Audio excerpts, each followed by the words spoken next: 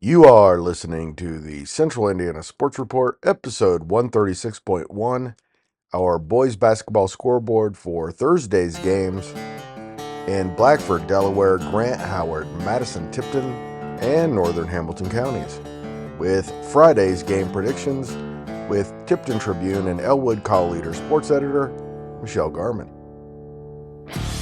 You're listening to the Central Indiana Sports Report with your host, Greg Mengelt. Good morning, good afternoon, or good evening. Whenever you've chosen to listen to the Central Indiana Sports Report, we are humbled by your presence. Today is January 3rd, 2025. It's a Friday, so it's another day for the Central Indiana Sports Report. I'm your host, Greg Mengelt, and I love Central Indiana basketball. Coming to you today from Jeffersonville, where I've been hanging out with producer Susie at headquarters the last couple of weeks, but I'm headed back to Stage 22 in Elwood on Saturday. So you can expect us to start getting back to a normal schedule, including our normal lineup of guests. This is our first boys basketball scoreboard in about a week, but we believe it will be every day now for the rest of the season until the end of the state championship in March. We start today's scoreboard with Thursday's local scores. Then we will recap all of Thursday's games in Blackford, Delaware, Grant, Howard, Madison, Tipton, and northern Hamilton counties. Then I'm joined by Michelle Garmon of the Elwood Call Leader and Tipton Tribune to make predictions for Thursday's local games. To Thursday's scores, 7th-ranked Anderson ran past Yorktown 81-53. Class 2A number 11 Tipton and Class A number 4 Carroll won semifinal matchups at the Clinton Central Holiday Tournament. Tipton beat Kokomo Homeschool 79-50 behind Grady Carpenter's 28-point triple-double, and Carroll got by the host Bulldogs 58-45. They will play each other Friday for the Clinton Central Holiday Tournament Championship. Class 2A number 10 Taylor remains unbeaten after a 39-33 win over Delphi in the semifinals of the Indiana Kitchen Holiday Classic. The Titans will play Rossville, 7-3 Rossville, which knocked off Winnemac 60-50 on Thursday. Really good showing for Richmond and Shelbyville in the Max Wettig Invitational in Richmond. It's a fantastic tournament that's played both at Richmond High School and at Earlham. Both teams are in the semifinals after Thursday's first two rounds. Richmond beat Indianapolis Homeschool on a buzzer beater in overtime, 58-57. Then the Red Devils beat Heritage Christian 44-38 to advance to the semifinals. Shelbyville beat North Decatur 74-36 and Shortridge 63-54 to advance to Friday's semifinals. The 5-5 Red Devils of the NCC and the 8-2 Golden Bears of the HHC will meet at 12:30 at the high school. At the same time, unbeaten Fort Wayne Lures and 6-2 Ben Davis will meet in the other semifinal. Ben Davis is ranked 13th in 4A. Lures is second to Wapahani in Class 2A, and Lures beat number 8 Warsaw 67-53 on Thursday. The championship is set for 8 p.m. Friday at Richmond High School. At Fishers, the top-ranked Tigers beat South Dearborn 79-37, and Huntington North beat Gary Lighthouse 55-46, then lost 63-42 to South Bend Adams at the Huntington North Invitational. Before we get to Thursday's local roundup, please go right now and like, subscribe, or follow the Central Indiana Sports Report so you do not miss a single segment. We are at all of the major podcasting sites and at YouTube. Just search Central Indiana Sports Report. At the Clinton Central Holiday Tournament in the semifinal round, Tipton knocked off Kokomo Homeschool 79-50. Tipton advances to Friday's Holiday Tournament Championship game against Class A number 4 Carroll Friday at 8. Tipton is now 5-2 overall. It was their third straight win. They were led by senior Grady Carpenter, who had 28 points, 14 assists, and 11 rebounds in the win. We don't need to wait Congratulations to Grady Carpenter, the Central Indiana Sports Report Boys Basketball Player of the Night. Senior Sam Quigley added 17 points, 5 assists, 4 rebounds. Sophomore Peyton Aller and junior Jace Clark finished with 12 points each, and also each had 3 rebounds. Senior Landon Spidell finished with 6 points and 6 rebounds. Kokomo Homeschool is now 13-4. They face 1-6 Clinton Central at 6:30 Friday in the consolation game. To the Delphi Holiday Classic in the semifinal round, Class 2A number 10 Taylor beat Delphi 39-31. Taylor outscored Delphi 7-0 in the third quarter and held on for the win, which puts the Titans 4 wins away from the school record set 2 years ago when the Titans started the season 12-0. Taylor went 19 for 22 at the free throw line as a team. Junior Dre McClatchy went 9 for 9 at the line and led the Titans with 13 points. Sophomore Keyshawn Galloway and junior Javon Harris scored 11 points apiece. Taylor will face 7-3 Rossville in the championship at 3 o'clock on Saturday. Delphi is now 4-4. Senior Josh Hartley scored 6 of his game-high 13 points in the fourth quarter. Delphi will face 5-4 Winnemac in the consolation game at 11 a.m. Saturday. In the other semifinal, Rossville beat Winnemac 60-50. The Hornets led 21-10 at halftime and 45-23 through 3 quarters. Rossville has won 3 in a row. They were led by sophomore Braden Theo Hahn with 21 points. Junior Brody Skinner had 8 points, 11 rebounds, and 5 steals. And sophomore Cooper Dunn finished with 3 points and 7 assists. Anderson had little trouble beating Yorktown 81-53 at Yorktown on Thursday. Anderson led 38-23 at the half, then started the third quarter on a 12-2 run and a dominant win. Anderson is now 8-1 and has won 4 games in a row. They out-rebounded Yorktown 31-20 and forced 18 turnovers to just 4 for the Indians. Senior Damian King finished with 22 points, including 8 of the Indians' first 12 points. Senior Javon Warfield had a very nice night, scored 17. Junior Colin Lewis had 10. Senior Titus Hunter 9, and freshman Don Bowling finished with 8. Anderson next plays in the Madison County tournament in the first round against 2-8 Alexandria. That game is at Anderson. Yorktown is now 3-7 with 7 consecutive losses. But if you're a Yorktown fan, don't worry. The wins are coming. They've got some really good young players. That looks like a program that's headed in the right direction. The Tigers were led by 12 points from junior Jabin Barnes. Senior Efren Doherty and junior Connor Rowray scored 11 points apiece. Senior Evan Maynor had 7, and sophomore Caden Crooms finished with 6 points on a pair of 3-pointers. The Tigers will try to end their 7-game losing streak, but it won't be easy. They go to 6-1 Westfield on Friday. The Shamrocks are ranked 4th in Indiana and look like a serious state championship contender. Please stay tuned for Michelle Garmon of the Tipton Tribune and Elwood Call Leader as we make our picks for Friday's boys basketball games. You're listening to the Central Indiana Sports Report with your host, Greg Mengel. All right, Michelle, I took the lead in the girls basketball picks competition, but you still have a 6-point lead in the boys picks competition, 45-39. On Saturday, the last time we made picks, you outscored me 15-14. Here are the results from Saturday, the ones that you got right first. I picked Kokomo to beat Merrillville by 17, which, as we know, means 17.5, as we discussed at the start of this. And since it was 17.5 and the final margin was 17, I picked it exactly right. You get it.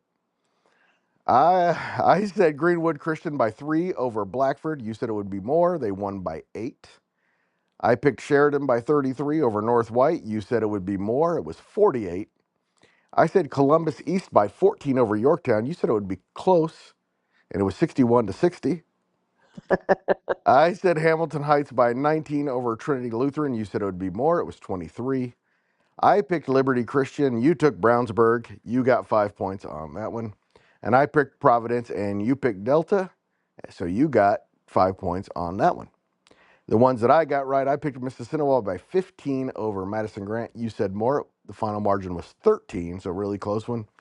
I picked Oak Hill to beat Eastbrook by 13. You said it would be more, Michelle. And Eastbrook won that one. Yeah, I know that's was a Shocking. little shocking to me.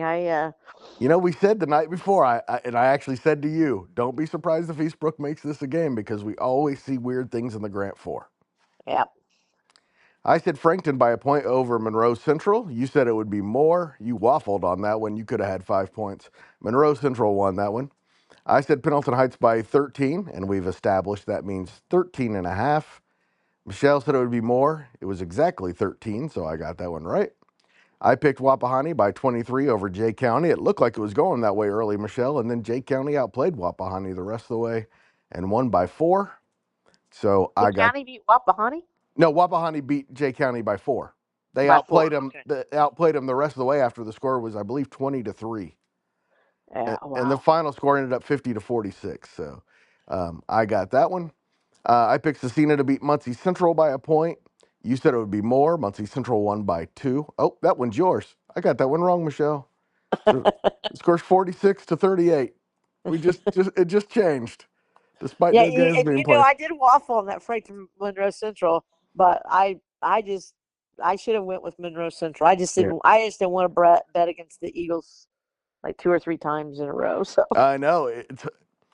They will start winning, no doubt about it. It's a good team, but I'm surprised. All right. I picked Borden by 15 over Alexandria. You said it would be more. Borden won by 8. I said Anderson by 49 over Glenn. We talked a lot about that one, but you ended up saying less, and Anderson won by 60.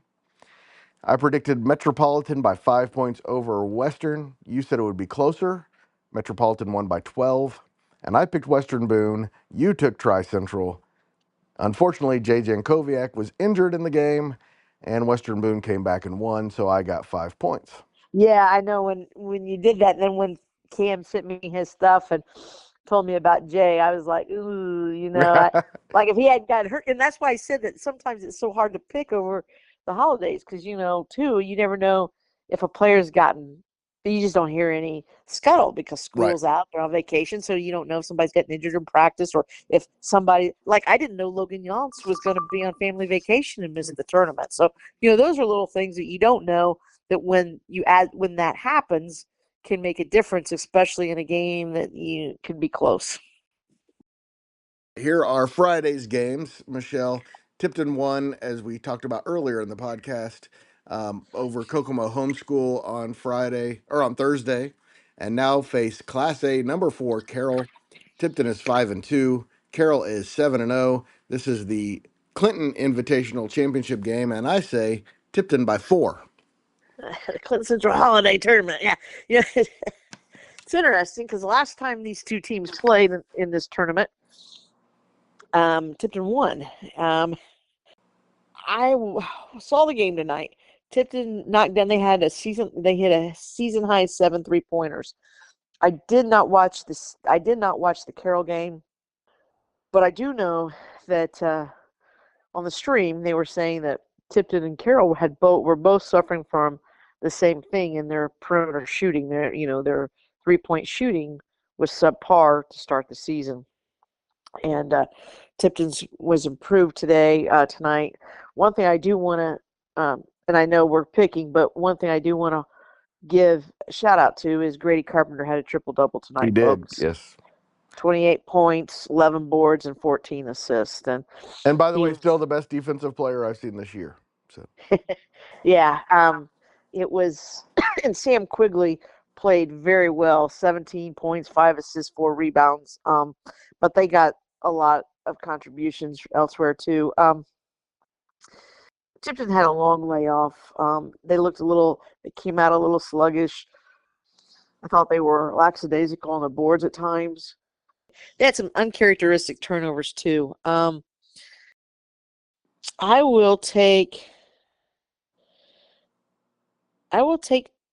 Tipton I will say Tipton, like you, and you got 4. I'm gonna say more. I mean, I know it could be less. It could be a one-score game. But I Carroll think could you can definitely also, win the game as well. So yes, it could. But I'll say more. I think Tipton can win 5, 6, 5, 6 points, maybe a little bit more. I just, you know, at some point, Grady didn't really look for his outside shot a whole lot tonight. But at some point, the kid is too good a player, too good a scorer. He's gonna light it. He's gonna have a night where he's also lighting it up from 3, and it could be tomorrow night. And if it is, that's just that's just huge. He's just such a difference maker 0-7. on both ends. Yes, he is. Yes, he is. His defense is very impressive. He can play on-ball defense. He can play off-ball defense. Yeah, like I said, best defender I think I've seen so far. 0-7 Cowan is at 3-5 Madison Grant, and I say Madison Grant by 16. Okay, this was the one I saw, and I thought, ooh, I just uh, The question is, can Madison Grant score enough points to win by more than 16? Because we know they're probably 16 points better than Cowan, but they just have so much trouble scoring. yeah. And I'm trying to remember how much Tri Central won by, and I don't know that Tri Central beat Cowan by more than that. You got 16. I'll say less, slightly less. I'll go less Okay. Class because I 3A. do think Cowan has that. I think they Oh, have a they're couple. definitely not helpless. Right. Let's see. Tri Central beat Madison Grant by 21 and beat Cowan by 5. So that should tell you that Cowan should be closer, but I think Madison Grant wins by double digits, is my guess. Do you want do you Well, you want to got do you want 16. to They change can it and still pick win by Cowan? double digits, and then they could be 12 and I win. So hey, That's right. Do you want to change it and pick Cowan? no. Okay, all right. Class 3A, number 13, Marion is 6-1. They are at 4A, number 2, Lawrence North, which is also 6-1, and what should be a fantastic game. I say Lawrence North by 14. You know, The way Marion's been playing, I wouldn't be surprised if they play with them. well, that's what I'm thinking. I mean, when you think about what Marion did when they went to Kokomo, and now granted they jumped out big, and then Kokomo, um, came back. You got Lawrence North by 14. Yes. All right. I actually think you may be on the money with this, but I'll go over. I think maybe it will. I think under 20, but I do think it could be more like 16, 18 points. I, You know, I think Marion Lawrence North is really pretty good. I mean, Marion could play well and lose by 16 points. That's the yes, truth, because yeah, Lawrence North is that good. yes. Class 2A, number 8, Manchester is 8-1. They are at 4-2 Northwestern, and I say Manchester by 19. I might be Oh, biased you here. got Manchester by 19 at Northwestern, right? Yes. I think it will. I do think Manchester will win. I think it will be less. Gish is Northwestern can be a hard gym to play in, and Gish they play some. I mean, he'll keep that. He'll try to control tempo, and probably want a low scoring game. So I believe it'll be less than 19. All right. Class 2A, number 1, Wapahani goes to Blue River Valley, which is 1-7. And I say Wapahani by 44. Well, they're gonna want to play better than they did against Jay County. Now, I'm Um, guessing they got a little earful. oh, I'm guessing they did too. I'm guessing practices have been probably been kind of fun. 44. Ooh. Oh gosh. Tell me real quick, has Wapahani won very many games by more than 44 points this year? No, they have not won a game by more than 44, but they did beat West Dell by 39. So they beat Muncie Central by 24. Okay. They beat Pendleton Heights by 11. All They right, I'll say more because I'll go more. I mean, they probably have a 50 point win coming in there somewhere, and Yes. I don't think they'll have a let up 2 games in a row. That's just not. That's they just got a lot of talent. If it's less than 44, it's because they want to work on a certain part of their game for some reason. That's Yes. Or so. they go to the bench early, something like that. That's why we know that Wapahani's probably 60 points better, but we don't put it at 60 because of the running clock, because of the potential of pulling guys early in games, especially during the holiday season.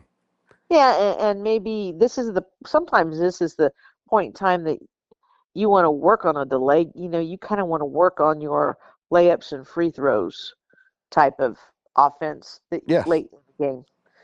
Because about the time, like I said, And that holding the ball, you know. yes, A lot of times you work on that, so there's no way you're winning by 44. It's a hard decision, but I think you're probably right. Okay, and our final game is a toss-up. 4-3 West Dell is at 3-4 Union County, and I said Union County by 1. you said Union County by 1. Oh gosh. I'll say Union County by more. I'm coming close to picking Westdale, but I'll say Union County by more. All right, thank you so much, Michelle, once Oh, again, and you're welcome. Hey, because we did not last Saturday night, we did not or you may have done a scoreboard, but we didn't talk. I don't know if you watched. I watched the championship game of the Boys Hall of Fame, and I'll tell you what, that that was a heck of a game. I mean, that was a heck of a classic. That I will give kudos to the Hall of Fame because I think they did a nice job on picking the teams that were down there. Braden Mullins showed why he is a special, Mr. Basketball special. candidate. But I'll tell you what, Greenfield Central, they've got the one guard. What is his name? Williams. He was in. I thought he was really kind of No, impressive. no question that he's not alone. And then They got some Fish, shooters. That's a good Greenfield team. and Fishers has got weapons. And the thing is, they're two of their best players are the Zachary kid and the Gardner kid. They're sophomores, Yep, guys. yep.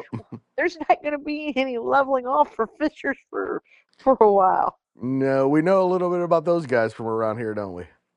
Yes. And if their kids are anywhere near as good as they were, Oh yeah. um, those were both, of course, Indiana All Stars. So, Yes, they were. okay, Michelle, thank you so much. What do you think of Jeffersonville? I didn't get it. I didn't see that game, and I'm trying to Okay, I remember why I didn't. Why I didn't. Oh, think I'm gonna go watch them play tomorrow, Michelle. all right. Yeah. They at Jeffersonville tomorrow. They're having 4 games between 4 Indiana teams over here and 4 Louisville teams, and I'm gonna go take that in. Yeah. Oh, I know I didn't see Jeffersonville play because I went to the IU women's game. Okay. They hosted Wisconsin in a Big Ten game, and it was fabulous. I mean, the IU women now. I haven't heard anything about Yarden Garzone.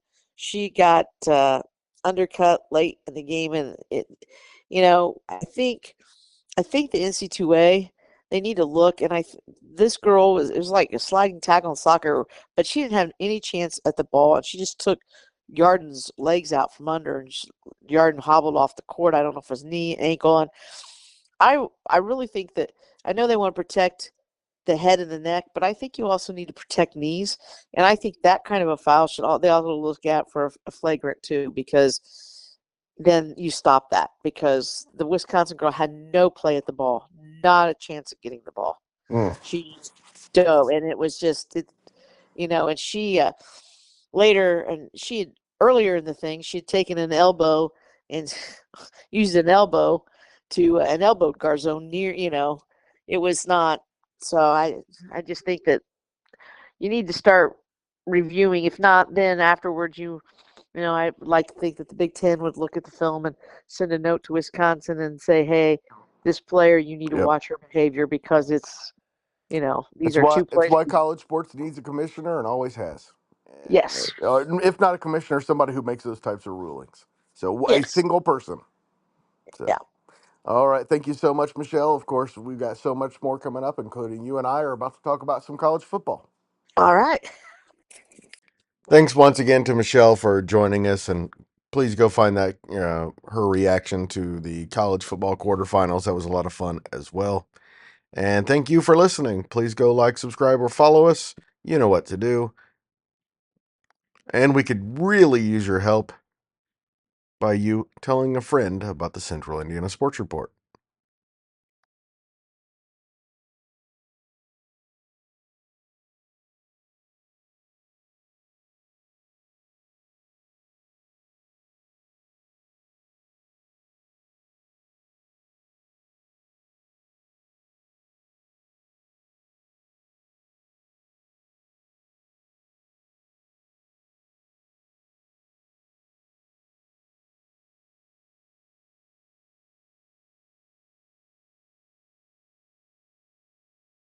The Central Indiana Sports Report is a product of ITG Media. And I love Susie.